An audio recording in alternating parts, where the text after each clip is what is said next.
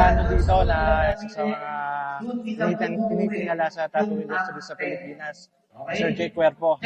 Oy, Sir, maraming salamat ako nga pala si Jake pagpapaulat. Cuervo. Maraming salamat dahil sa time. Maraming salamat sa pag-imbita. Saan kayo nagtatattoo, sir?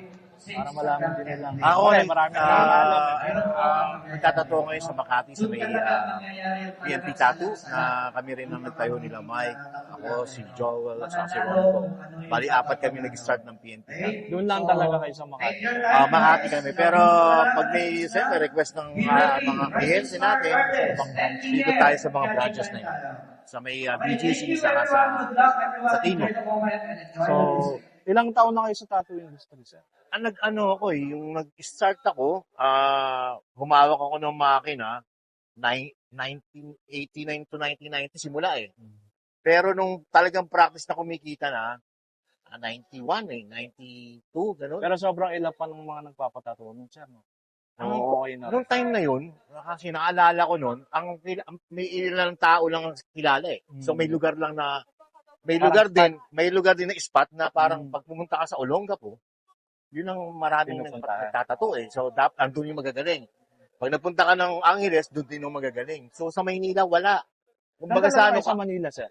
Nagsimula ako sa Maynila, sa Santa Cruz eh. Doon ako nag-practice eh. Tapos, napunta na ako ng Buendia. Yun na, nag-shop na ako. Tapos, after that, tuloy-tuloy na, nagsulputan na ng ibang shop. Sila Ricky Santa Ana, kami-kami. Sabay-sabay kami halos eh. Alfred Guevara na una sa amin ng mga ilang taon. So, sabay-sabay halos kami nun. Naalala ko nung time na yun. So, dati, nag-alala ko, nag-start kami. Wala kaming gamit eh. So, Gamit talaga lahat ng resources, ikaw gagawa eh. Wala pa namang Kahit design. Kahit sa magazine, nag-uunahan para bumili ng magazine to get some Alam ko ideas. dati, madalas ubos yung mga tattoo Yung mga magazine skin sa art mga magazine, di bookstore. ba? Sa bookstore, sa mga stall ng mga magazine sa Recto, sa Avenida. So nakakarating pa ako ng pag bumibili ako ng magazine, nakakarating ako ng SM North EDSA. Tapos pupunta pa ako sa Makati, sa may Landmark. Naghahanap ako ng magazine doon. Tsambahan lang din. Sa mga makakuha. book sale. Di ba, latest na yung book sale, di ba? Mas mura. So, may tanong pa tayo, sir. Ano yung masasabi mo sa tattoo industry noon sa tattoo industry ngayon?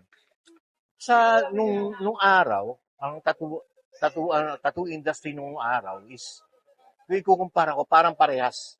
Parang parehas lang, pero syempre yung technology natin ngayon, yun lang. Lamang kasi binibigay na lahat. Pero yung artist, yung pagiging uhaw ng artist na gumawa ng mga bagong is, nandun yung angst nandun eh. Pero ngayon kasi, ang nakikita ko, maraming talagang gustong matuto. So, thank you sa event na to lalo sa mga judges na katulad natin, lalo na ikaw, suki ka sa mga event. Nakikita mo na ang daming tattoo artist na talaga na nakikita mo bagong artist eh. So, anong gagawin mo ron? Suportahan sila. Paano mo susuportahan? Ida-down mo? Paano mo susuportahan? Ipakita mo na, kami na ang magaling, wala kayong karapatan. Kami pa yun. Kami. Huwag na kayong dumagdag, dadami lang tayo. Ganun.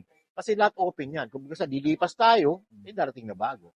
So, di ba? Hindi pa rin po, suportahan lang. Kasi may darating na, kaya nga sabi na may bago, may paalis. Di ba? Tapos yung bago umalis, sana, igay naman yung bago. Di ba? Yung mga ganun lang. So, pabor sa inyo, sir, magkaroon ng parang mga tattoo school na legit. Sa akin, oo. Bakit hindi? Basta legit, basta no? Tapos, siyempre, ang mga tao magtuturo is kwalipikado. Mm. Mga tao magtuturo, yung alam mong karapat-dapat. Tsaka diba? tingin ko dyan, sir, magkakaroon ng trabaho din yung mga dating artist na... Oo, kasi to guide gagawin mo yung tao eh. Tapos, saka ngayon, hindi, ang tattoo kasi na dati, okay lang, kahit sino magtattoo, pwede. Ngayon yung tattoo, parang dapat talaga skill eh. At the same time, sinasabayan na ng technology, sinasabayan na ng, di ba? May iPad na ngayon. So, kailangan may knowledge ka rin doon sa iPad eh. Kasi mabilis eh.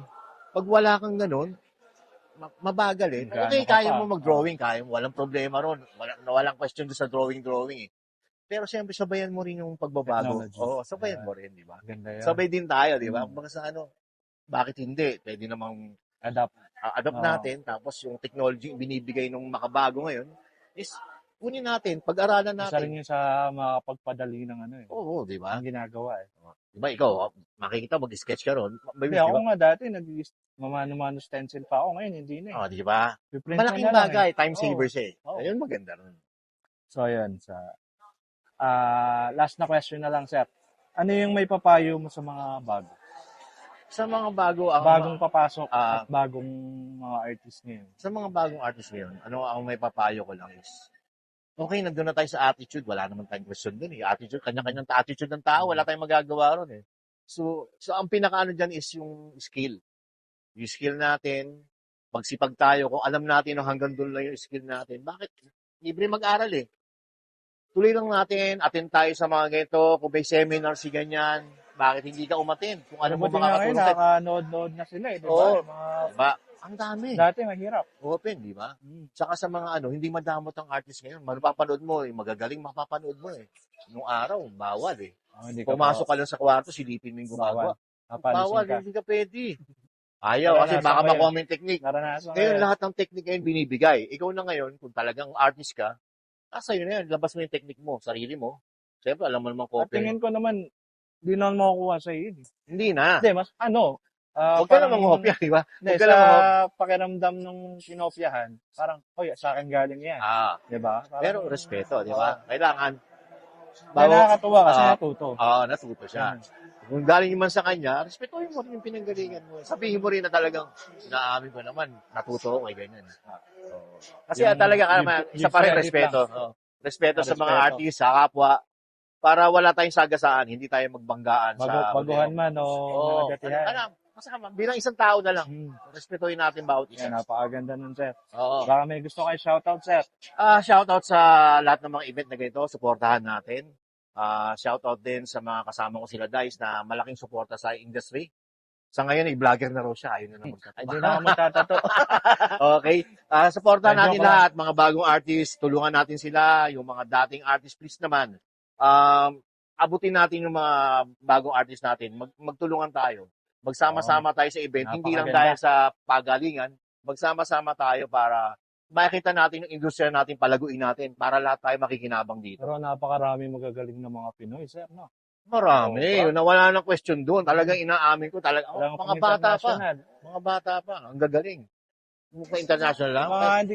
Minsan may nakikita ako, tapos tinatanong ko yung pangalan, hindi ko nakilala eh. Parang, Pero galing. nakapakahusay, di ba? Saka iba na yung technique na lumalabas. Iba na, iba. May nilalabas silang technique.